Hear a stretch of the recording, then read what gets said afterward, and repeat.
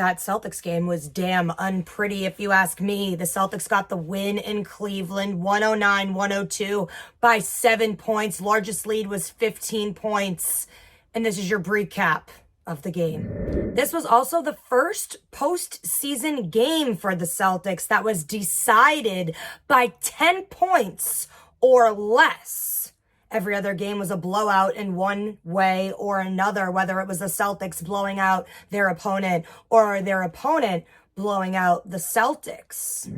No Donovan Mitchell. It was a late scratch tonight. And they're also without Jared Allen.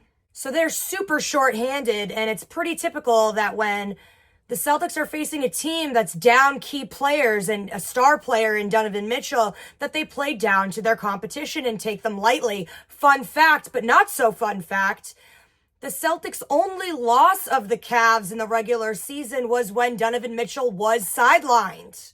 So it was kind of looking like a trap game tonight for the Celtics. However, the Celtics did start out pretty decent. Tatum had a fire first quarter. He had 16 points.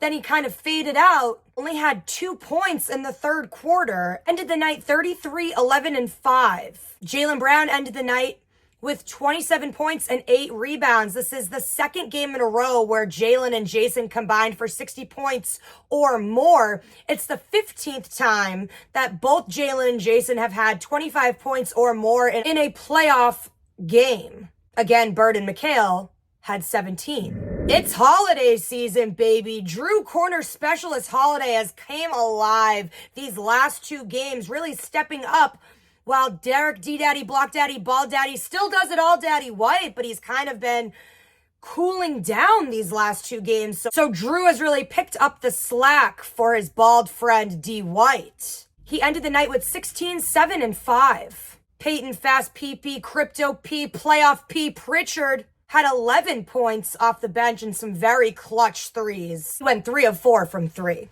Luke Cornett, who was actually listed as probable to start this game, was indeed available, and he had 9 points off the bench. Trying to help carry the load in the center position. Uncle Al, a young 37 out there, but it's really difficult for him to carry the burden of being the starting center when we were expecting it to be KP, and have Horford be off the bench, our 6th man. So, not sure if Tillman's going to get another look or Brissett, or if they're just going to stick with Horford and Cornett going forward until KP returns. This game, like I said in the beginning, wasn't pretty. I honestly felt like they played like shit, but a win is a win. Cavs, super impressed with your performance, because even though it seemed like you were down and out, you did not play like you were down and out. You guys put forth a lot of effort. Garland really stepping up for you guys. He had 30 points tonight for the Cavs. LeVert had 19. Mobley had 19. Strus had 15 but fouled out. So it was a very close game down the stretch. The Cavs actually had the lead in the third quarter, and it could have easily been a Cavs win tonight if the wheels fell off the wagon completely for the Celtics. But a win is a win, and now the Celtics lead this semifinals series 3-1 as they go home to Boston for Wednesday for a Game 5 potential closeout game in the TD Garden. However, the Celtics are 500, 14-14 at home in the postseason. So home court advantage is more like home court disadvantage. I'm really hoping that's not the case here and we can go above 500 on Wednesday. Also, I'm gonna maybe, knock on wood, maybe it's safe to say now that the TNT curse is broken. The Celtics are now 5-1 on TNT in this postseason run. And they are now an even 9-9 on TNT for this season.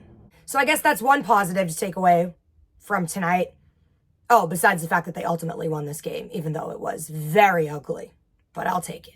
So until then, this has been Brie Marie D, Boston Banner Bound, and that was your recap of the game.